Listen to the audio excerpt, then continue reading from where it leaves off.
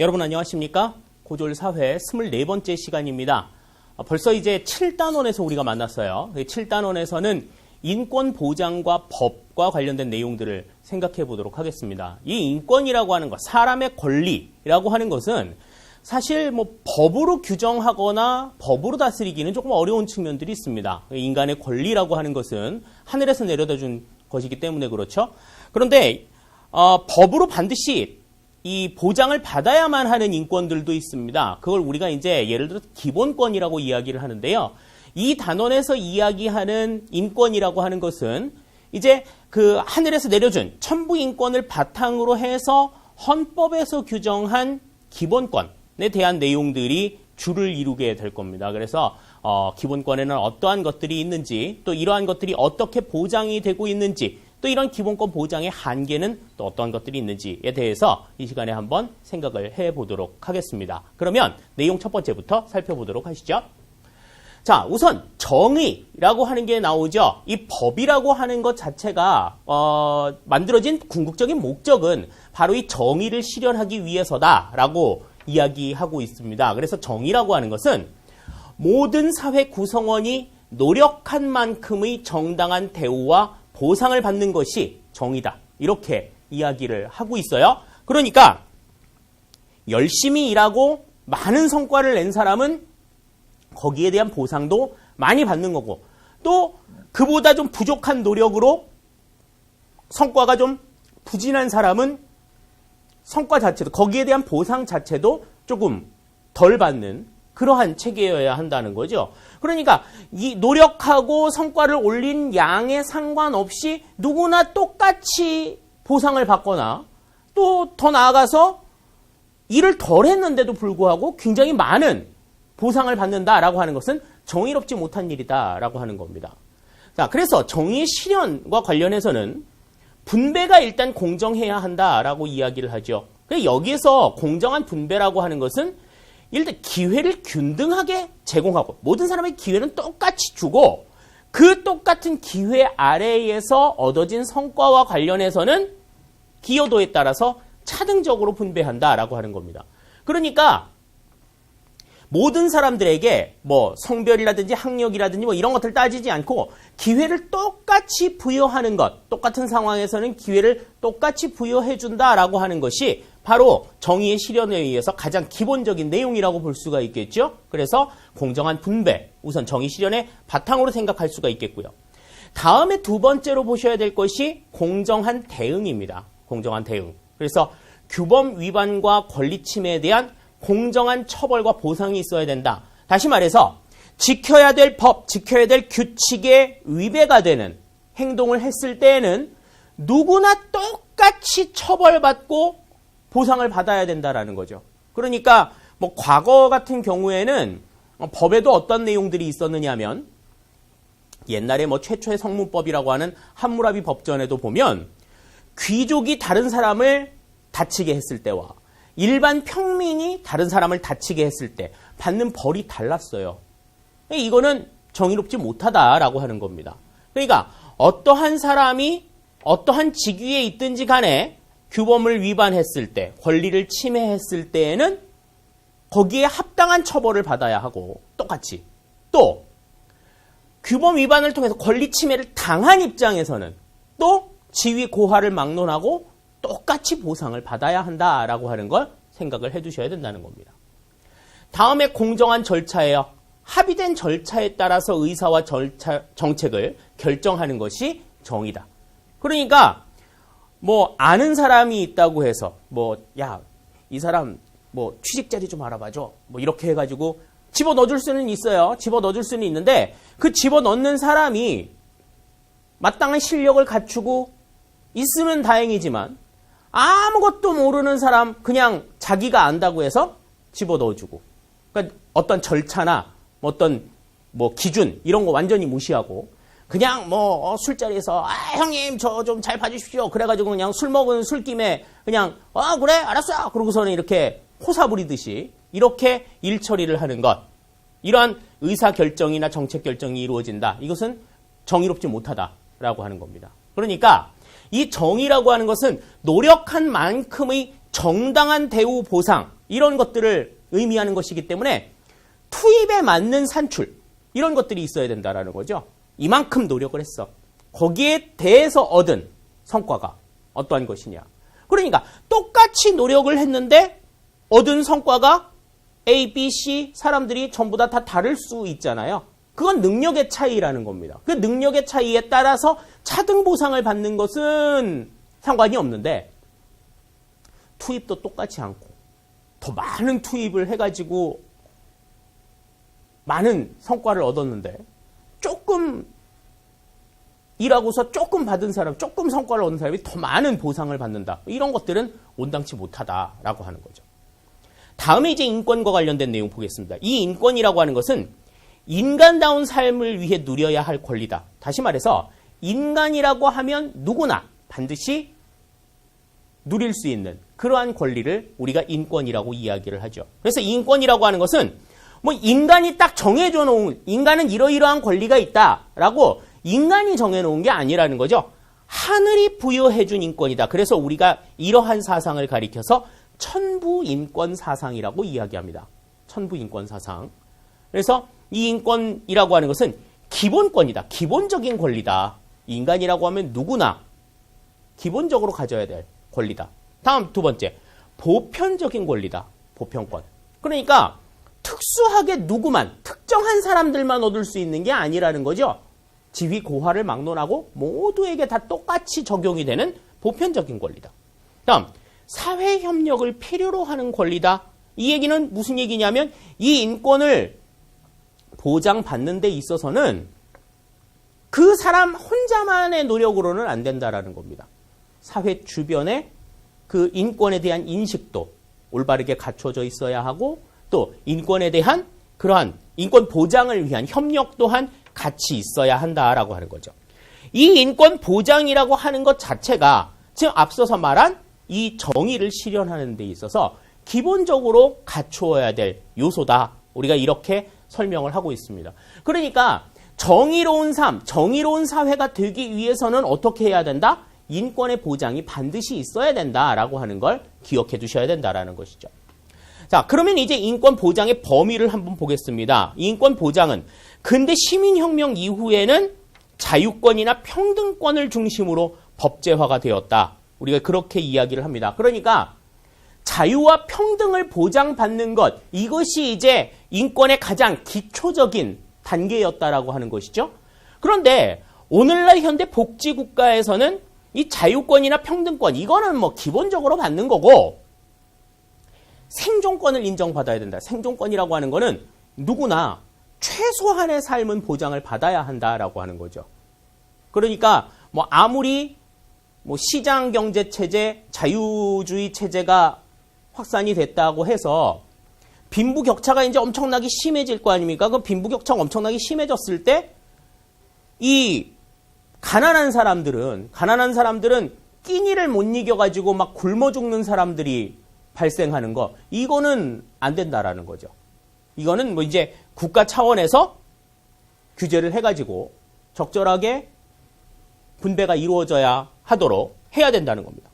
다음에 이제 오늘날에 좀 관심을 가지게 되는 거는 사회 소수자의 권리도 보장하는 방향으로 확대가 되고 있다. 그러니까 이전에는 모든 사람들을 다 똑같다라고 생각하고 획일적으로 그냥 자유권 평등권만 부여를 했단 말입니다. 그런데 사회 소수자라고 하는 거는 그 똑같은 인간이라고 하더라도 그 속성 자체가 조금 다르잖아요. 좋아하는 것, 싫어하는 것, 또 그 사람들이 가지고 있는 고유의 어떤 성격, 뭐 이런 것들이 많이 다릅니다. 뭐 예를 들어서 동성애자라든지, 그다음에 뭐 다문화 가정의 뭐 혼혈 가정의 출신의 사람이라든지, 그다음에 또 요즘에 뭐 그런 사람들 많이 늘어져요. 양심적으로 병역을 거부하는 사람들이 있습니다. 집총을 거부하는 사람들. 그러니까 자기들이 뭐 양심, 정치적인 신념에 따라서 신념을 추구하기 위해서 나는 하기 싫은 건 안 할 권리가 있어. 근데 그게 하필이면 국가의 의무로 보장이 되어 있는 국방의 의무라는 말이죠. 그런 것들 자체를 어떻게 범죄자로 취급하지 않고 사회가 끌어안을 것이냐. 뭐 이런 문제들까지 요즘에는 인권이 세분화되어서 다양하게 보장이 되고 있다라고 하는 것 생각을 해두셔야 되겠습니다. 자, 다음에 이제 법에 대한 내용을 보시죠. 이 법이라고 하는 것은 사회 규범 중에 국가가 강제로 지키도록 하는 행위 규범입니다. 그러니까 규범은 뭐 여러 가지가 있잖아요. 관습 규범, 종교 규범, 뭐 사회적으로 통념이 되는 사회 규범, 뭐 여러 가지 규범들이, 도덕 규범, 여러 가지들이 있는데 그 가운데에서 이 법이라고 하는 거는 국가가 강제적으로 지키도록 하는 행위 규범이에요. 강제적으로. 그러니까 도덕 규범이나 종교 규범 같은 경우에는 지켜도 그만, 안 지켜도 그만이에요, 사실. 물론 부모에게 효도하라. 도덕에서 그렇게 가르칩니다마는 부모에게 효도하지 않는 아이들 있죠. 막 술만 마시면 막 엄마 아빠를 때려. 막 뭐 그러면은 막 엄마 아빠한테 막 용돈 적게 준다고 막 울어. 막 그러면은 그런 아이들을 물론 폭행죄로 잡아갈 수는 있겠습니다마는 효도를 안 한 죄로 잡아가거나 그러지는 않잖아요. 어버이날에 카네이션을 안 달아드려서 너는 징역 1개월을 살아라. 이렇게 얘기하지 않잖아요. 그냥 어머나 어떡해. 응? 부모에 대해서 그렇게 신경을 안 써? 엄마 아버지 생일을 깜빡 잊고 넘어갔어. 그렇다고 해서 경찰이 와서 잡아가거나 그러지 않습니다. 막 강제로 너는 부모님 생일을 꼭 챙겨야 돼! 이렇게는 얘기하지 않아요. 하지만 자식된 도리로서 뭐 부모의 생일을 챙긴다든지 부모의 은혜에 감사한다든지 이런 것들은 그래야 한다라고 사람들이 생각을 하고는 있잖아요. 그러니까 안 하면 어머 쟤는 지네 부모님한테 저렇게 잘 못해. 이렇게 주변에서 궁시렁궁시렁 거리고 욕은 좀 먹을 수 있을지언정 그걸 꼭 그렇게 해라! 막 이렇게 강제로 얘기는 못한단 말입니다. 그런데 법이라고 하는 건 강제로 해야 된다는 거죠. 그렇게 하지 않으면 안 되게끔 만들어놨다라는 거죠. 왜냐? 이 법이라고 하는 거는 인간이 인간으로서 대접받기 위해서 최소한으로 지켜야 될 규범. 네가 인간이라면 요건 지켜라. 요건 지켜라. 이거 안 지키면 너는 인간도 아니요. 이렇게 해놓은 법이거든요. 해놓은 규범이거든요. 그렇기 때문에 이거 안 지키면 너는 인간도 아니요. 그러니까 너는 어거지로라도 너는 꼭 이거 지켜야 돼요. 이렇게 얘기하는 겁니다. 그래서 강제성을 가지고 있다라는 거죠. 자, 그래서 이 법이라고 하는 거는 우선 갈등과 분쟁을 해결하기 위한 수단입니다. 왜 뭐 얼마 전에 그 개그 프로에서도 그런 거 있었죠. 애매한 것을 정해주는 남자가 있었어요. 애매한 거. 그러니까 뭐 친구 결혼식에 축의금을 얼마를 내야 되느냐. 뭐 이런 거 굉장히 막 이렇다 저렇다 딱 이렇게 규범하기 애매할 때 그 애매한 것들을 정해주는 수단이 법이에요. 법. 그래서 뭐 갈등의 상황이나 분쟁의 수단이 생겼을 때 그 원인과 그 과정들 뭐 이런 것들 쭉 보고 그래 이런 것들은 요렇게 해결을 해 라고 나름대로의 방향을 제시해주는 역할을 하는 게 법이다 라고 하는 겁니다. 다음에 두 번째, 인권의 보장 수단이에요. 인권 보장 수단. 인권의 내용을 법에다가 구체적으로 적시를 하면 그 인권을 강제로 보장하도록 만들 수가 있겠죠. 그래서 인권을 실제로 보장하도록 강제한다. 여기서 실제로 보장을 한다라고 하는 건 명목상으로 그냥 보장되었다라고 하는 게 아니라는 거죠. 실제로 내가 인간으로서 대접을 받고 있구나. 당사자인 사람이 느끼게끔 만들어줘야 된다라는 겁니다. 그것이 또 하나의 법의 기능이다라고 볼 수가 있겠고요. 그리고 세 번째, 사회 정의를 실현하는 수단이다. 그래서 고정된 절차, 그리고 이 절차를 바탕으로 해서 실제적인 기회균등이 보장이 되어야 한다. 그러니까 옛날에는 그런 거 있었어요. 이렇게 모든 사람들이 정치에 참여할 수 있어 라고 법에는 규정이 되어 있는데 막 농사 짓는 사람들, 뭐 일반 평민들은 농산일 막 바쁘게 막 시켜. 뭐 공장에서 일하는 사람들은 공장을 막 하루 종일 돌려. 그러면은 이 사람들이 정치에 참여하고 싶어도 정치에 참여할 수가 없었어요. 이거는 실제적으로 기회를 보장해 주는 게 아니죠. 그래서 우리는 어떻게 합니까? 선거 같은 거 할 때 선거일은 임시 공휴일로 지정을 하죠. 그 생업 때문에 자신들이 정치에 참여할 수 있는 권리를 행사하지 못하는 거, 이거 막기 위해서 선거하는 당일은 임시 공휴일로 정해놓습니다. 물론 그거 어기면서도 막 그 일하시는 분들 있으신데, 물론 그 사장님이 시켜서 그러겠죠. 사장님이 정말 나쁜데, 이러한 그 실제적인 기회균 등을 보장해주는 수단으로서 법이 기능을 하고 있다. 그러니까 앞서서 우리가 지금 살펴봤던 정의나 인권을 제대로 실현하고 제대로 보장받기 위한 하나의 수단으로서 뭐가 이용이 된다? 이 법이라고 하는 게 이용이 되고 있다라고 하는 걸 알아두셔야 되겠습니다. 다음에 이제 우리가 이러한 과정 안에서 좀 이해해 두어야 할 개념이 있습니다. 바로 그게 입헌주의죠. 입헌주의라고 하는 건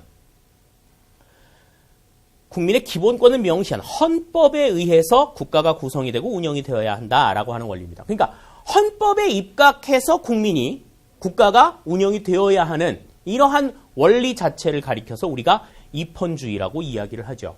그러니까 보통 이 헌법 안에 국민의 기본권을 명시해 놓고 있습니다. 그래서 이 국민의 기본권이 어떠한 권리가 있고 이러한 이 기본권들은 반드시 보장되어야 한다라고 하는 걸 헌법에 딱 명시해 놓고 그것에 따라서 운영이 된다라는 거죠. 그래서 기본권 보장 명시를 바탕으로 해서 국가 권력에 의해서 인권이 침해가 되는 이러한 일들은 없어야 한다라고 하는 것을 그렇게 하지 않기 위해서 이 입헌주의가 적용이 되어야 한다라고 하는 것이죠. 그래서 현대 대부분의 이 법치주의 국가에서는 이 입헌주의를 바탕으로 해서 국가를 운영해 나가고 있다라고 하는 것을 생각해 주시면 되겠습니다. 자, 다음에 이제 국민의 기본권. 그러니까 우리나라 헌법에서 규정하고 있는 국민의 기본권에는 어떠한 것이 있는가 하는 것을 한번 생각을 해 보도록 하죠. 첫 번째, 평등권입니다. 이 평등권은 합리적인 이유 없이 차별받지 않을 권리예요. 그러니까 인간이라고 하면 뭐 합리적인 이유 없이 이렇게 넌 저리 가, 얘만 이건 허용이 돼, 뭐 이렇게 사람을 가릴 수가 없다라는 겁니다. 우리가 그걸 법 앞에 평등이라고 이야기하죠. 그런데 법 앞에 모든 사람이 평등하다라고 하는 것은 다른 의미가 아니라 법 앞에서는 모든 사람에게 똑같은 기회가 부여되어야 한다라고 하는 겁니다. 여러분들 이 고졸 검정고시를 합격하게 되면 대학에 입학할 자격이 주어지죠. 그러니까 대학에 입학할 시험을 볼 수 있는, 수능 시험을 볼 수 있는 자격이 주어집니다. 그런데 나이가 뭐 굉장히 다양하죠. 이 검정고시를 준비하시는 분들은. 그래서 제 나이 때에 이 대학을 준비하시는, 대학 입시를 보는 분들도 계시고, 굉장히 늦은 나이에 보시는 분들도 계시고, 또 반대로 굉장히 어린 나이에 보는 사람들도 있습니다. 친구들도 있어요. 그러면 뭐 15살에 고졸 검정고시를 합격하면 수능을 볼 수 있는 거죠. 19살에 검정고시를 합격하면 19살에 수능을 볼 수 있고요. 54살에 검정고시를 합격하면 54살에 수능을 볼 수 있는 겁니다. 그런데 이렇게 얘기할 수 있는 거죠. 아니, 저 15살짜리 애도 지금 대학 시험을 보는데 내가 나이 37에 왜 대학 시험을 못 봐요? 저 15살짜리도 보는데 이건 차별 아니야? 이렇게 얘기하는 사람들이 있어요. 그런데 그 사람이 고등학교 졸업학력을 인정받지 못했다라고 하면 그 사람은 어떠한 수를 쓰더라도 수능을 볼 수 있는 방법은 없어요. 똑같은 상황이 아니기 때문에 그렇죠. 그러니까 여기서 이 평등이라고 하는, 법 앞의 평등이라고 하는 것은 누구나 똑같은 상황에서는 누구나 똑같이 기회를 부여받을 수 있다는 겁니다. 비록 나이가 15살이지만 고등학교 졸업학력을 인정받았다. 그러면 대학 시험을 볼 수 있는 거죠. 야, 너는 대학 시험을 지금은 볼 수는 있는데 나이가 너무 어려요. 네가 지금 대학교를 가가지고 20살 넘은 언니 오빠들한테 언니 오빠들하고 같이 공부를 어떻게 해? 그리고 너 친구도 없을 거 아니야. 너 20살 넘은 언니 오빠들한테 야, 자 그러고 다닐 거야 너. 그러니까 너는 한 5년 있다가 봐. 이렇게 막을 수 없다라는 겁니다. 보겠다라고 하면 볼 수 있는 거라는 거죠. 자, 그래서 평등권이라고 하는 건 모든 사람을 동등하게 대우하고 기회를 균등하게 제공을 해야 된다는 거죠. 그런데 개인이 지닌 선천적이고 후천적인 차이도 고려를 해야 된다라고 하는 겁니다. 예를 들어서 이런 거 있죠. 고등학교 졸업학력을 얻었어요. 수능시험을 봐야 돼. 근데 이 친구가 다리를 쓰지 못하는 장애를 가지고 있다 쳐봅시다. 그러면 수능시험장을 가야 되는데 수능시험장을 갈 때 다른 친구들하고 같이 시험을 봐야 될 거 아니에요. 시험을 봐야 되는데 휠체어를 타고 있으면 아무래도 움직이는데 좀 어려움이 조금 많고 화장실도 혼자 가기 좀 힘든 그런 상황이 올 수도 있잖아요. 그러면 그러한 어떤 여건들 이런 것들은 별도로 편리를 봐줄 수 있어야 된다는 겁니다. 그게 평등이라는 거죠. 그러니까 지금 개인이 지닌 선천적, 후천적 차이도 고려해야 된다라고 하는 것은 절대적인 평등을 이야기하는 게 아니에요. 상대적인 평등입니다. 그 사람에게 맞는, 그 사람에게 필요한 것들이 있어야 된다라는 것이죠. 자, 그래서 이 평등권이라고 하는 건 다른 여러 가지 기본권의 전제 조건이 된다. 그러니까 모든 기본권이 보장이 된다 하더라도 이 평등권이 보장이 되지 않는다라고 하면 다른 기본권의 보장 자체도 의미를 가질 수가 없다라고 하는 거죠. 다음 두 번째, 자유권입니다. 자유권은 국가 권력의 간섭이나 침해를 받지 않고 자유롭게 생활할 권리다. 우리가 그렇게 이야기를 합니다. 그래서 이 권리라고 하는 것, 자유권이라고 하는 건 헌법에 구체적으로 열거되지 않은 권리도 인정이 돼요. 그래서 우리가 이제 포괄적이고 천부적인 권리다. 그렇게 이야기를 합니다. 그래서 종류도 여러 가지가 있어요. 신체의 자유, 정신의 자유, 학문과 예술, 언론 출판 집회 결사의 자유, 사회 경제 영역의 자유, 그래서 주거와 통신, 거주 이전, 직업 선택, 재산권 행사의 자유, 이런 것들이 있습니다. 그러니까 신체의 자유, 그러면은 내가 어디서 사는지, 이런 것들에 대해서 그런 것들을 결정할 수 있는 자유. 그다음에 양심의 자유, 종교의 자유, 학문과 예술의 자유. 나는 음악을 하고 싶어. 근데 너는 음악하지 말고 미술해. 이렇게 얘기할 수 없다라는 거죠. 언론, 출판, 집회, 결사의 자유. 우리가 이제 이 네 가지를 합쳐서 이제 의사표현의 자유라고 이야기를 합니다. 자기가 하고 싶은 말 할 수 있어야 된다라는 거죠. 하고 싶은 말 할 수 있는 어떤 방법을 통해서든지 언론사를 통해서라든지 내가 책을 내서라든지 그다음에 사람들이 모인 어떤 집회를 열어서라든지 그다음에 마음이 맞는 사람들끼리 의기투합하는 그러한 모습을 통해서라든지 자신의 의사를 표현할 수 있는 자유가 있어야 된다. 또 주거와 통신의 자유, 사는 데 있어서도 어떻게 살 것인지 통신, 내가 원하는 사람과 여러 가지로 커뮤니케이션 할 수 있는 그러한 자유 있어야 된다는 거죠. 다음 거주 이전이나 직업 선택의 자유. 내가 돈을 버는데 어떠한 직업을 가지고서 돈을 벌 것인지 자유롭게 결정할 수 있다는 거죠. 재산권 행사도 마찬가지입니다. 재산권 행사도 내가 가지고 있는 돈을 가지고 돈을 불리든지 기부를 하든지 아니면 그걸 가지고 무슨 땅을 사든지 건물을 사든지 자기 마음대로 할 수 있다는 거죠. 이러한 자유가 자유권에 해당이 된다. 그러니까 지금은 하고 싶은 것들만 말씀을 드렸는데 하기 싫은 거는 또 안 할 수 있는 자유도 있죠. 그걸 우리가 이제 소극적인 자유라고 이야기를 하는데 나는 저기 가서는 살기 싫은데 난 여기 가서 살래.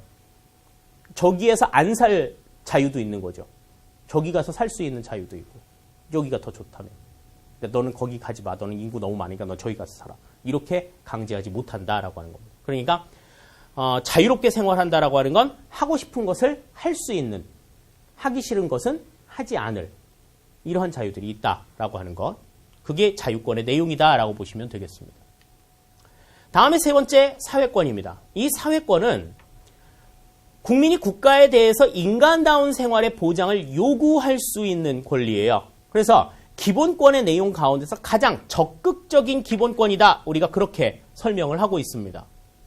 그러니까 보면 자본주의가 막 발전해 나가면서 아까도 설명을 드렸지만 빈부격차가 계속해서 심해지죠. 그러면 뭐 부자인 사람들, 부유한 사람들의 경우에는 별다른 요구사항이 없습니다. 뭐 돈으로 다 뭐 사면 되고 얻으면 되고 그러니까. 그런데 그렇게 돈으로 얻을 수 없는 사람들의 경우에 못 얻으면 그만이지. 그거야 뭐 이제 기호식품이나 뭐 기호품의 경우에는 그런 것들이 가능하겠습니다만 절대적으로 필요한 것들, 식량이라든지 뭐 집이라든지 뭐 이런 것들의 경우에 내가 얻어야 되는데 얻지 못하는 상황들 뭐 이런 것들이 나타난다. 그러면 어떻게 해요? 이러한 사회 문제들을 국가가 좀 해결해 주십시오. 이렇게 요청을 할 수 있는 권리라는 거죠. 사회권이라고 하는 건. 그래서 인간으로서 살아가기 위한 최소한의 기준을 나는 지금 열심히 노력하고 있는데도 채워지지 않으니까 국가가 조금 채워주십시오. 라고 요청하는 권리를 가리켜서 우리가 사회권이라고 이야기를 해요. 그러니까 대부분의 경우에는 나라가 국민의 어떤 권리를 보장하고 지켜주고 이렇게 해서 그 보호를 받는 입장인데 지금 이거는 반대로 그 대상이 통치를 받는 대상이 국민이 국가에 대해서 이것을 해주십시오 라고 요청을 하는 그러한 내용이라는 겁니다. 그래서 기본권 중에서 가장 적극적인 성격을 가지고 있다라고 우리가 이야기를 하고 있는 거예요. 다음에 네 번째 참정권입니다. 이 참정권은 국민이 국가 의사결정 과정에 참여할 수 있는 권리다. 다시 말해서 주권을 가진 국민으로서 국가의 정치에 참여할 수 있는 권리, 이것을 우리가 참정권이라고 이야기를 해요. 그래서 여기는 주권자로서 갖는 권리이자 의무로서 국민 주권주의를 원리로 하고 있다. 주권이 누구에게 있다? 국민에게 있다라고 하는 게 헌법에 보장이 되어 있잖아요. 자, 그래서 그 종류를 보시면 참정권의 종류는 첫 번째, 선거권이 있습니다. 선거권. 선거권은 자신의 대표로 누가 됐으면 좋겠다라고 하는 의사가 있으면 그 사람을 지지해서 그 사람을 찍어줄 권리예요. 그게 선거권입니다. 다음에 두 번째, 피선거권이 있죠. 피선거권은 내가 누구를 찍을 권리도 있지만 내가 찍힐 권리도 있죠. 그러니까 선거에 출마해서 다른 사람의 지지를 얻을 수 있는 권리. 이게 바로 피선거권에 해당이 되는 겁니다. 다음에 세 번째, 국민투표권이에요. 국민투표권이라고 하는 건 정치적인 의사, 그러니까 국가가 어떤 정책을 결정하는 데 있어서 국민에게 그 의사를 물어봤을 때 그 국민의 의사대로 국민들이 뭐 나는 여기에 찬성해, 반대해 이렇게 자신의 의사를 표현할 수 있는 권리를 이야기하죠. 그래서 우리나라에서는 그 국민투표가 일어났던 것이 1987년에 9차 헌법이 개정이 되면서 그 개정 헌법안에 대한 국민투표를 실시한 적이 있어요. 그리고 지역으로 봤을 때에는 2010년인가요? 2011년인가요? 그 무상급식과 관련된 투표가 있었죠. 서울시에서. 그래서 무상급식 조례안이 이게 타당하냐, 이것을 국민들이 찬성하느냐 반대하느냐, 그래가지고 이 국민투표 그 주민투표가 진행이 되었던 적이 있습니다.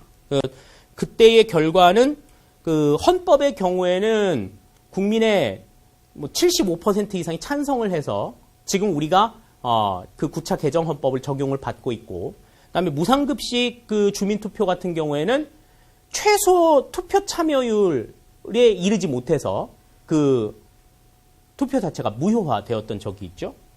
다음에 공무담임권이 있습니다. 이 공무담임권이라고 하는 건 자기가 국가의 공무, 그러니까 국가의 일을 맡아서 할 수 있는 권리예요. 나 국가를 위해서 일하고 싶어.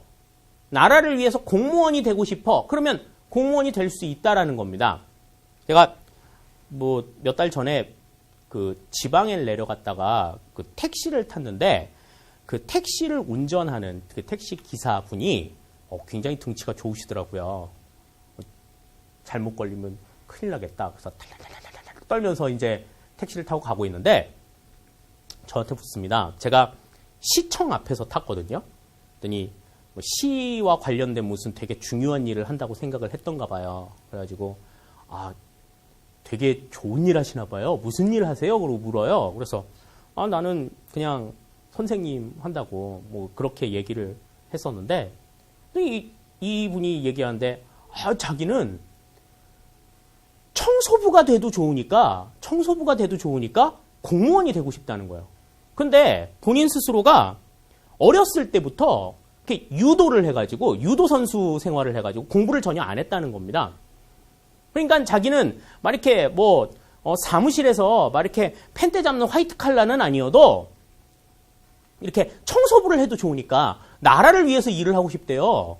그래서 나라를 위해서 일을 하려면 일단 공무원 시험을 봐야 된다고 그렇게 얘기를 했습니다. 그리고 요즘에 이제 그 청소 하시는 분들, 청소를 하시는 분들은 더 이상 공무원이 아니죠. 이제 일반 청소 용역 업체의 분들이기 때문에 공무원이 아니라고 그렇게 말씀을 드렸더니 언제 그게 바뀌었어요? 막 그러면서 되게 그 심각해 하시는 거예요. 그렇게 막 그러면 이분이 뭐 운동을 막 열심히 해가지고 공부를 안 해서 뭐 고등학교 졸업학력밖에 가지고 있지 않다 하더라도 중학교 졸업학력밖에 가지고 있지 않다 하더라도 본인이 열심히 공부해가지고 시험에 합격하면 누구나 국가의 일을 할 수 있도록 기회가 열려 있잖아요.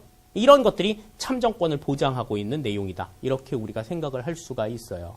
그러니까 뭐 공부를 열심히 해서 더 높은 지위에 올라갈 수도 있지만 뭐 그렇지 못한 경우라 하더라도 나라를 위해서 일을 하고 싶다라고 하면 그 사람들에게 일을 할 수 있는 기회는 부여가 되어야 한다. 그게 정의로운 사회의 한 단면이다. 이렇게 우리가 생각할 수 있는 겁니다.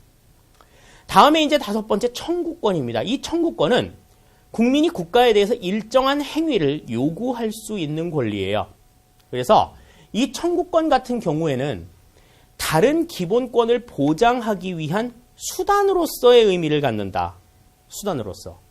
그러니까 국가가 이런 어떠한 상황이 땅 발생을 했을 때 그래 너 이런 상황이 발생됐네. 국가가 자동적으로 뭐 어떤 행위를 해주는 게 아니라는 거예요.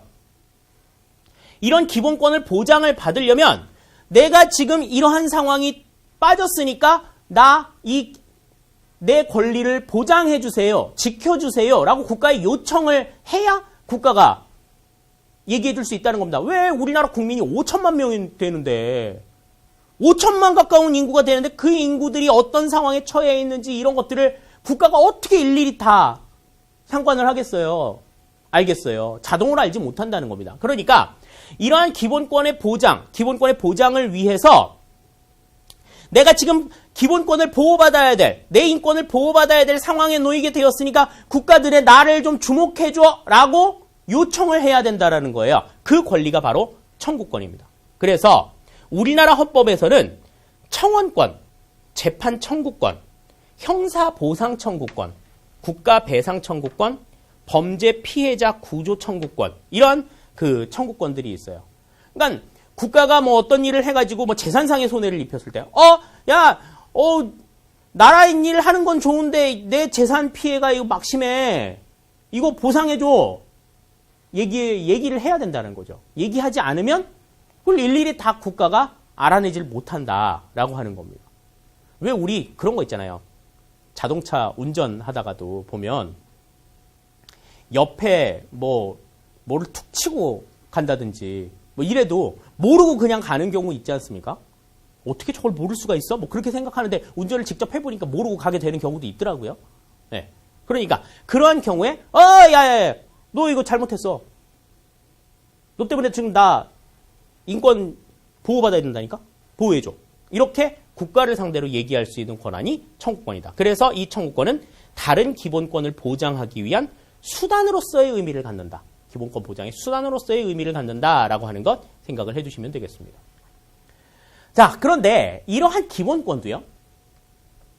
무한정 보장이 되는 건 아니에요. 우리나라 헌법에는 이 기본권이 무한정 보장이 되어야 돼. 반드시 보장은 되어야 하는데 그렇다고 해서 어떠한 상황에서도 보장이 되어야만 되는 건 아니다 라고 이야기를 해요. 기본권은 몇 가지 상황에 대해서 제한이 되어야 된다라고 이야기를 합니다.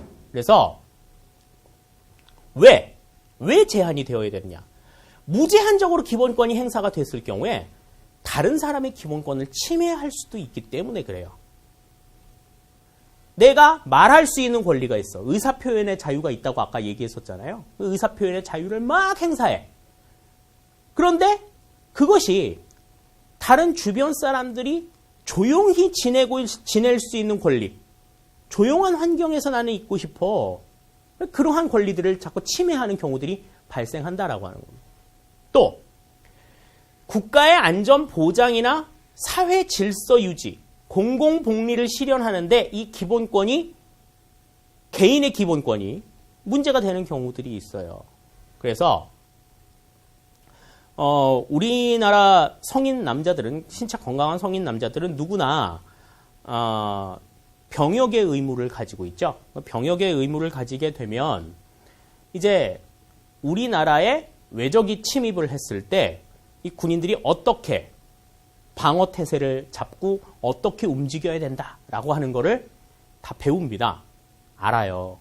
근데 어떠한 경우들이 있냐면 그런 다 아는 것을 밖에 나가서 얘기를 하면 안 돼. 그 사람이 제대해가지고 민간인이 됐을 때에도 그 상황들을 다른 사람들한테 얘기하면 안 됩니다. 왜 나는 의사표현의 자유가 있는데 내가 알고 있는 거 얘기도 못해? 근데 그거를 만약에 외적들이 알아보세요. 또 북한의 간첩이 만약에 들었다고 생각을 해봅시다. 그러면 국가 안전에 정말 심각한 위험이 도사리지 않겠어요? 네.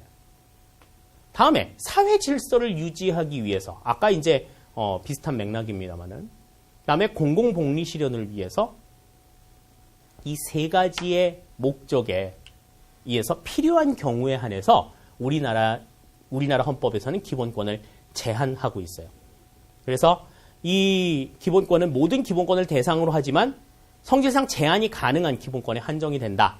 그렇게 이야기를 하는데 국가의 존립과 안전, 영토 보전, 헌법 기본 질서 유지를 위해서 국가 안전 보장에 해당이 되는 내용이겠죠. 또 사회의 공공 질서를 유지하거나 타인의 권리 보호를 위해서 또 사회 구성원 전체의 이익이나 공동체의 이익 향상을 위해서 필요할 때는 개인의 기본권은 제한이 될 수 있다라고 하는 겁니다. 그런데 어떻게 제한을 하느냐? 제한을 할 때 그냥 무조건 야, 너가 하지 마 이렇게 얘기 못 하는 거예요. 반드시 의회, 우리나라에서는 이제 국회죠. 국민의 대표기관이 국회에서 제정한 법률에 의해서만 제한이 가능하다. 이러한 상황에서는 기본권을 제한할 수 있다. 이렇게 법으로 명시를 해놔야 된다는 거죠. 법에 명시가 되지 않았다라고 하면은 기본권을 제한할 수 없다라는 겁니다. 또 시급한 사안에 대해서는 법에 없는 경우에 반드시 이거는 제한을 해야 된다. 그러면 대통령이 긴급 명령으로 제한할 수도 있는데 그거는 굉장히 최소한으로 이루어지는 굉장히 극히 예외적인 상황이고 보통은 의회에서 제정이 된 법률에 의해서만 제한이 가능하다라고 하는 거예요. 자, 그런데 이때 제한이 될 때에도 원칙이 있습니다. 국민의 기본권을 제한하려는 입법 목적이 정당해야 된다. 부당한 내용들을 가지고 입법을 해서는 안 된다라는 거죠. 다음에 기본권을 제한할 때 그 기본권 제한으로 인해서 물론 좀 피해가 있겠죠. 그 피해를 최소화할 수 있어야 한다 하는 거죠. 기본권 제한을 받으면서 그로 인해서 그 얻는 피해 이것이 최소화되어야 된다. 또 법률에 규정된 기본권의 제한 방법은 이 효과적이고 적절한 방법에 의해서 입법되어야 한다라고 하는 겁니다. 막 무작정 그러니까 입법의 절차도 다 밟아서 입법 절차 밟으려면 이제 어떻게 해요? 국회 내에서 계속 해당 상위에서 의논도 하고 또 본회의에 상정돼 가지고 본회의에서 표결에도 붙이고 이렇게 해서 적절한 수단에 의해서 이루어져야 되고 또 공공의 이익과 제한되는 기본권 간의 균형이 맞아야 한다.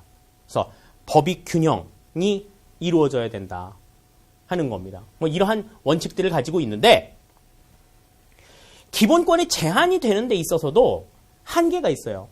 우선 기본권이 제한이 된다 하더라도 이 기본권의 본질적인 내용은 침해할 수가 없다. 그러니까 여기서 본질적인 내용이라고 하는 건 인간의 존엄과 가치를 지켜야 된다라는 거죠. 예를 들어서 이런 거 있습니다. 아까 병역 의무 담당할 때 군인으로 있을 때 그 군사 기밀, 군사 비밀에 대해서 밖에 나가서 얘기하면 안 된다 그랬는데 내가 봤을 때는 말이야 제가 입이 좀 가벼워요. 그래서 분명히 얘기할 것 같다. 그래서 너 얘기하지 마. 얘기하면 안 돼. 너 얘기하면 이렇게 처벌받아. 그렇게 얘기하는데도 불구하고 입이 가벼운 사람은 어쩔 수 없잖아. 따블라블라블 얘기가 될 수 있단 말이죠. 그래서 이제 어떻게? 쟤는 분명히 말할 거야. 그래서 문서 서류 같은 거 이렇게 찝는 집게 같은 걸로 입을 딱 집어놔. 말을 못하게 딱 집어놔. 그렇게는 못한다는 거죠. 또 쟤는 돌아다니면 막 여러 사람 만나면서 막 이런 얘기 할 것 같아. 그래가지고 아파트 베란다에다가 막 이렇게 끈으로 묶어놔. 그럴 수 없다는 겁니다. 기본권을 제한한다 하더라도 얘 기본권 제한해야 되잖아요. 얘 말하면은 국가 안전 보장에 심각한 위험이 있는데 그렇다 하더라도 막 입에다가 막 그 집게를 물려놓는다든지 얼마나 아프겠어. 또 끈으로 막 베란다에다 묶어놓고 개야? 막 이렇게 해서는 안 된다라는 거죠. 그래서 기본권의 본질적인 내용은 침해할 수가 없다. 또 자의적인 권력 행사에 의한 기본권 침해가 금지된다. 이게 권력을 행사하는 데 있어서 그 의미를 지 맘대로 해석해가지고 지 맘대로 해석해서 기본권을 침해하는 일 있어서는 안 된다. 옛날에 우리나라 헌법 개헌할 때 4.4.5입 개헌이라는 게 있었어요. 4.4.5입 개헌. 그래가지고 그때 이제 의결 종족수가 136.2인가 그랬어요. 그랬는데 136표가 나온 거야. 그럼 사실상 부결이죠. 부결인데 야, 이 136.2를 4.4.5입하면 소수점 2가 5가 5 밑으로 5 미만이니까 이거는 떨어버리니까 136도 이거는 되는 거야. 그래가지고 통과시킨 그런 어처구니 없는 경우가 있는데 그렇게 해서 국민들의 기본권이 침해가 되는 일 있어서는 안 된다라고 하는 겁니다. 그러니까 기본권이라고 하는 건 반드시 보장이 되어야 하지만 그렇다고 해서 무작정 보장이 되는 건 아니다. 이러한 아까 말씀드린 국가의 안전보장, 사회 질서 유지, 공공복리를 위해서 필요한 경우에 한해서는 제한이 되어야 되고 이 경우에도 기본권의 본질적인 내용, 인간의 존엄과 가치는 침해할 수가 없다라고 하는 걸 반드시 기억해 두시면 좋겠습니다. 자, 이렇게 해서 우리가 지금 사회의 정의의 의미, 인권의 의미 살펴봤고 또 그 사회 정의와 인권을 실현하기 위한 수단으로서 법에 대한 내용 살펴봤고요. 법에서 또 인권을, 기본권을 어떻게 규정하고 있는가에 대한 내용들까지 살펴봤습니다.